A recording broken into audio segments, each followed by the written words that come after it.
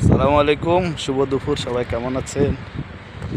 আমি ভালো আছি আলহামদুলিল্লাহ। আজকে এক জায়গায় আসলাম, বাহারানি। দেখেন একদম পুরোপুরি আমাদের যে চর, আমরা ছোটোবেলায় যখন চর দেখতে যাইতাম, চরের মধ্যে এরকম দেখেন। সি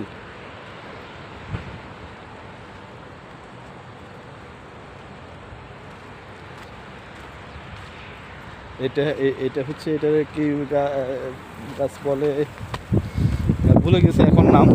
এটা দিয়ে এক সময় আমাদের দেশে ফাঁকের ঘরের বেড়া দেওয়া হইতো। এটা দেখলাম অসাধারণ। আপনারা আসলে কেউ জানেন নাকি এটার নাম? আমি ভুলে গেছি। কি ময়দা, আই থিঙ্ক ময়দা না কি বলতো। অনেক সুন্দর লাগতেছে পরিবেশটা, অসাধারণ একটা পরিবেশ, চরের মতো একদম।